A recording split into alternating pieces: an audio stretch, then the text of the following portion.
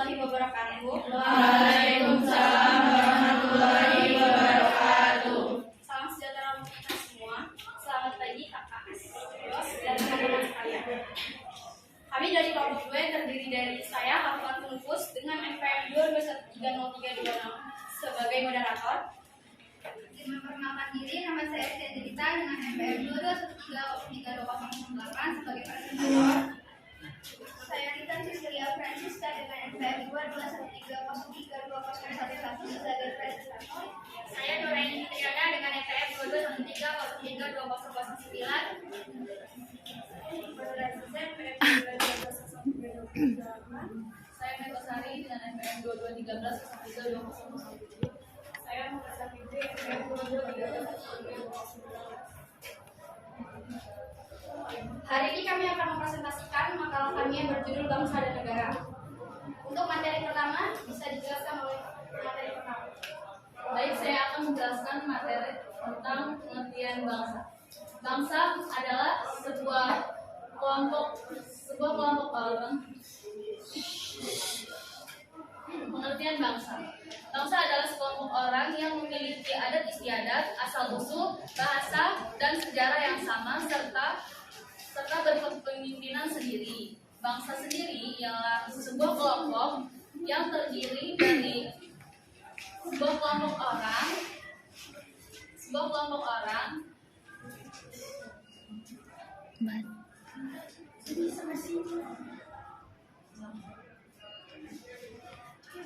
adalah sekelompok orang atau bangsa adalah sekelompok orang yang memiliki asal-usul, adat istiadat, bahasa, dan sejarah yang sama dan berkepemimpinan sendiri. Bangsa adalah sekelompok orang yang biasanya disatukan oleh kesatuan bahasa dan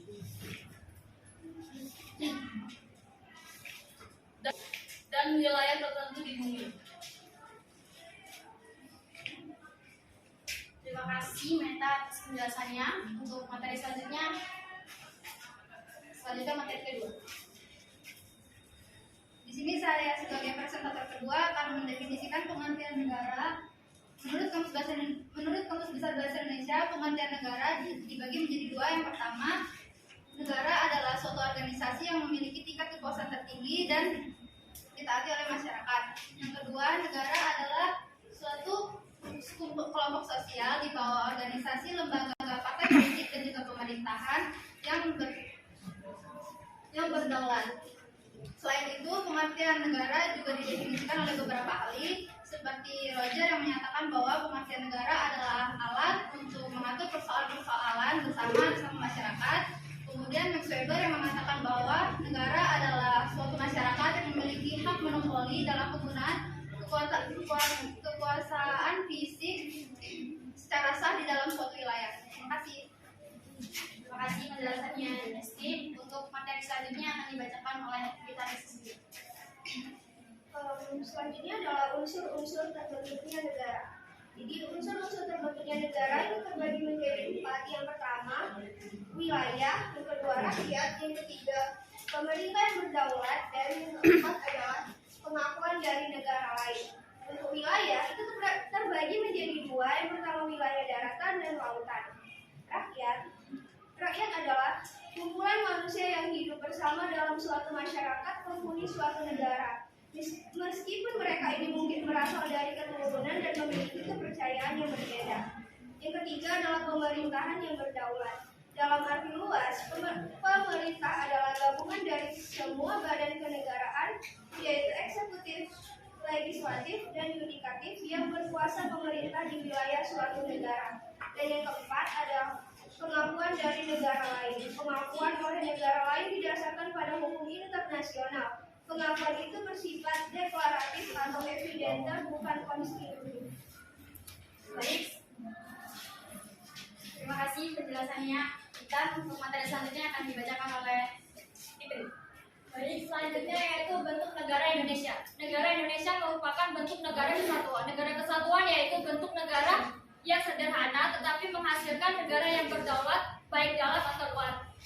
Terdapat beberapa ciri-ciri negara kesatuan yaitu terdapat pemerintah pusat yang memiliki kedaulatan baik baik ke dalam atau keluar. Yang kedua yaitu terdapat suatu undang-undang dasar yang berlaku di seluruh wilayah negara. Dan yang ketiga yaitu terdapat satu kepala daerah kepemerintahan. Dan yang terakhir yaitu terdapat suatu badan rakyat pemerintah.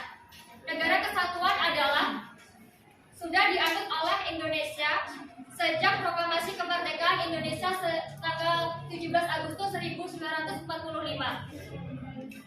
Negara kesatuan adalah bentuk negara yang sifatnya tunggal dan tidak tersusun atau terbagi dari beberapa negara yang memiliki kedaulatan atau terbagi dari beberapa negara yang memiliki kedaulatan dan kewenangannya berada pada pemerintahan pusat. Hal ini sesuai dengan pasal 1 ayat 1 Undang-Undang Dasar 1945 yang berbunyi negara kesatuan Indonesia yaitu berbentuk republik. Dan ayat kedua yaitu kedaulatan berada di tangan rakyat dan dilaksanakan menurut Undang-Undang Dasar. Kedaulatan berada di tangan rakyat artinya Indonesia memanut sistem demokrasi yang dalamnya menjalankan pemerintahannya. Terima kasih penjelasannya Fitri. Untuk materi selanjutnya akan dijelaskan oleh Ima. Baik, selanjutnya proses terbentuknya negara. Asal mula terbentuknya suatu negara dapat dibedakan menjadi 3 proses. Yang pertama secara primer, yang kedua secara sekunder, dan ketiga secara teoritis. Yang pertama secara primer, terjadinya diawali dengan adanya keluarga yang memenuhi kekuasaan masing-masing. Adapun tahapannya yaitu persekutuan masyarakat atau suku, kerajaan, negara, dan negara demokrasi. Yang kedua, secara sekunder, terjadinya suatu negara lebih pada pendekatan nyata atau kenyataan.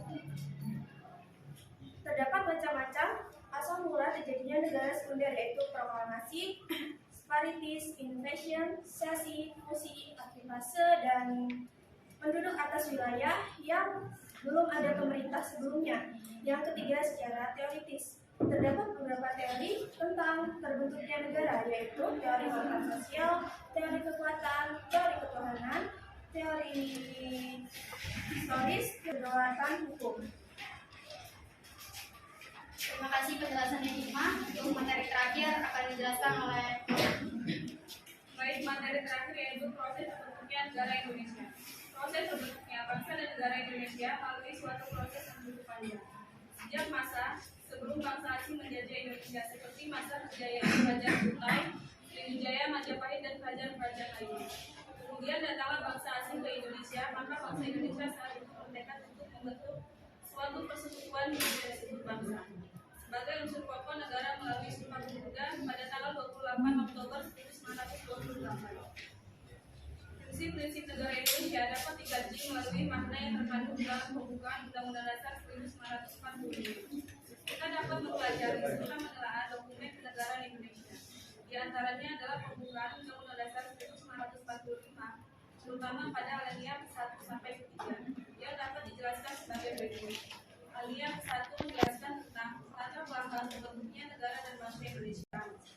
Alinea 3 menjelaskan tentang kedudukan kodrat manusia Indonesia sebagai bangsa yang religius.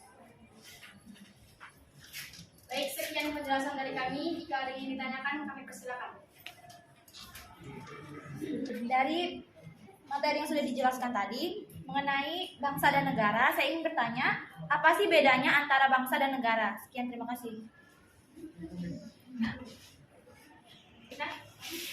Baik, sebelumnya izin memperkenalkan diri, saya Aisyah Sucining Group, NPM 22132024. Seperti yang sudah dijelaskan oleh rekan Nur tadi, bahwasannya kedaulatan berada di tangan rakyat, itu kan tinggi. Terus sambutannya dengan yang sudah dijelaskan tadi itu, mengapa bisa hakikat negara itu bersifat memaksa dalam materi ini. Terima kasih. Baik, sebelumnya izin memperkenalkan diri, saya Feni Sundari dengan NPM 22132032. Izin bertanya, menjelaskan maksud dari konsep dasar wilayah kelautan. Terima kasih. Kami sedikit waktu untuk menjawabnya. Sedih.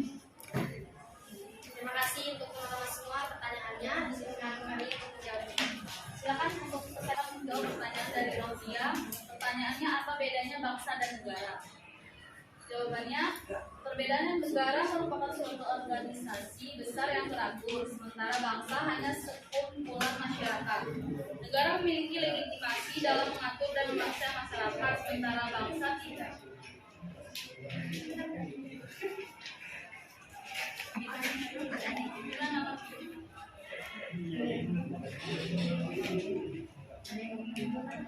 Apakah ada yang mau menambahkan?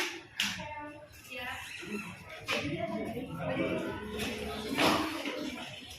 Jadi bisa menambahkan jawaban dari mereka tadi. Tadi mereka bilang bangsa adalah sekumpulan masyarakat, kan?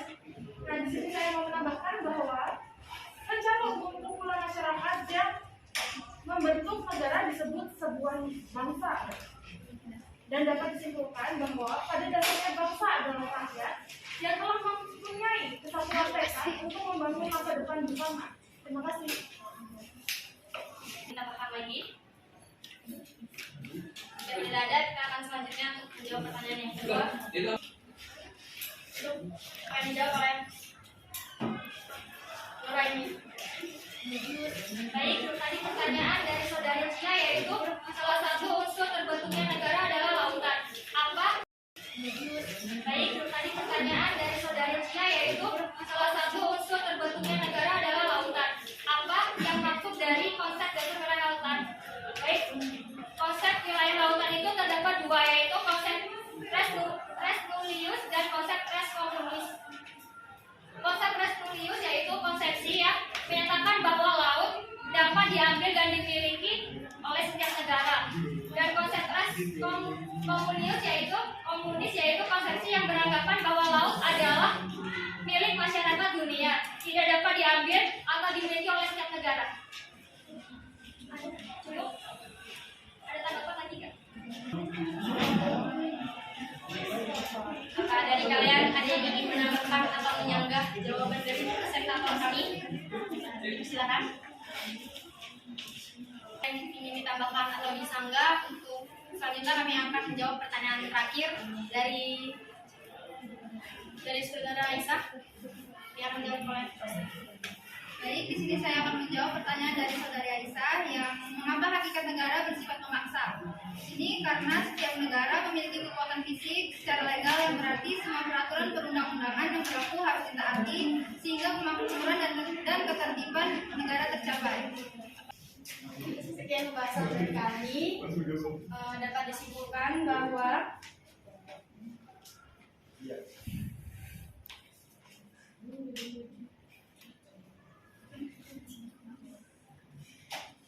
konsep bangsa memiliki dua pengertian, yaitu bangsa dalam pengertian sosiologis antropolis dan bangsa dalam pengertian politis.